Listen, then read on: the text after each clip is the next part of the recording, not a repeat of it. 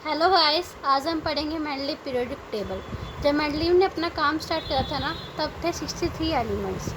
तो उन्होंने क्या करा, 63 कार्ड्स लिए और हर कार्ड पे उसका एटॉमिक मास, फिजिकल प्रॉपर्टी और केमिकल प्रॉपर्टी लिखी। केमिकल प्रॉपर्टी में उन्होंने बेसिकली क्या करा, हाइड्रोजन और ऑक्सीजन एलिमेंट लिया। हाइड्रोजन और ऑक्सीजन एलिमेंट उन्होंने इसलिए लिया क्योंकि ये बहुत ज़्यादा रिएक्टिव एलिमेंट होते हैं और ज़्यादातर एलिमेंट के साथ रिएक्ट कर जाते हैं।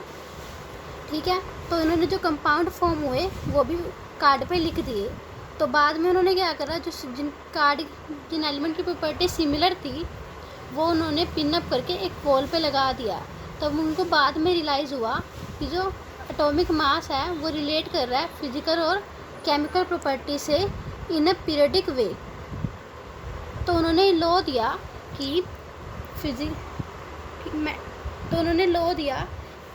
Properties of elements are the periodic function of their atomic mass.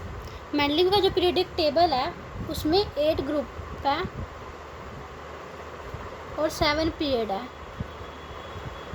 Mendeleev का जो पीरियडिक टेबल है उसमें वर्टिकल कॉलम्स को ग्रुप कहते हैं और हॉरिजॉन्टल रोज को पीरियड कहते हैं। इसको याद करने में दिक्कत हो रही होगी तो मैंने एक ट्रिक बनाई है, पीएच तो आपने वैसे सेकंड चैप्टर में पढ़ा होगा, लेकिन फिर भी सिक ट्रिक है। पागल है, पागल मतलब पीरियड, है मतलब एच हॉरिजॉन्टल। ठीक है, और जो बचा ग्रुप तो वर्टिकल हुआ ही। ठीक है, अब हम पढ़ेंगे मेंडलीव की अचीवमेंट्स।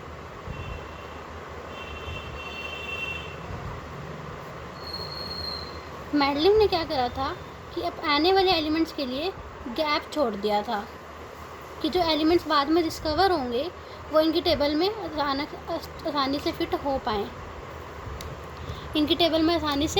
पाएँ, ठीक है, तो ये जो एलिमेंट डिस्कवर हुए तो जैसे इन्होंने प्रॉपर्टी बताई थी वही सेम आई जो इन्होंने बताई थी वही सेम आई।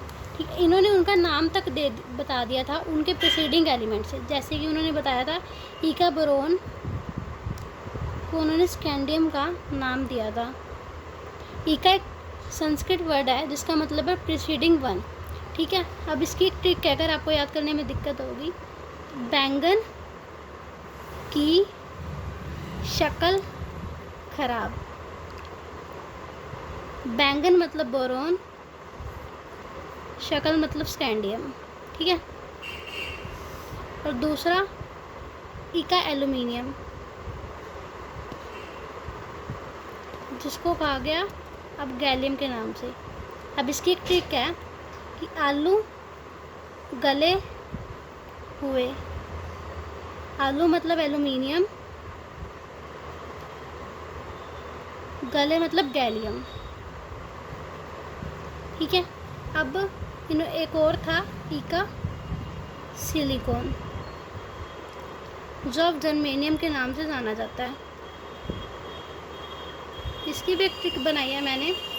शिखा को गर्मी लग रही है,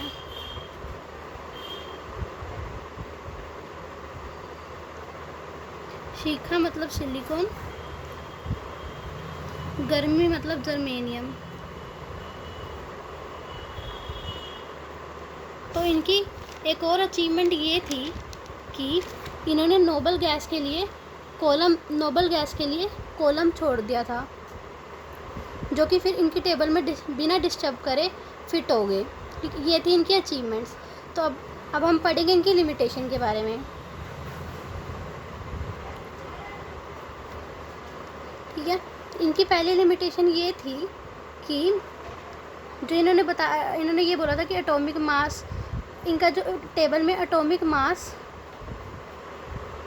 मतलब सही से रेगुलर मैनर में नहीं चल रहा था।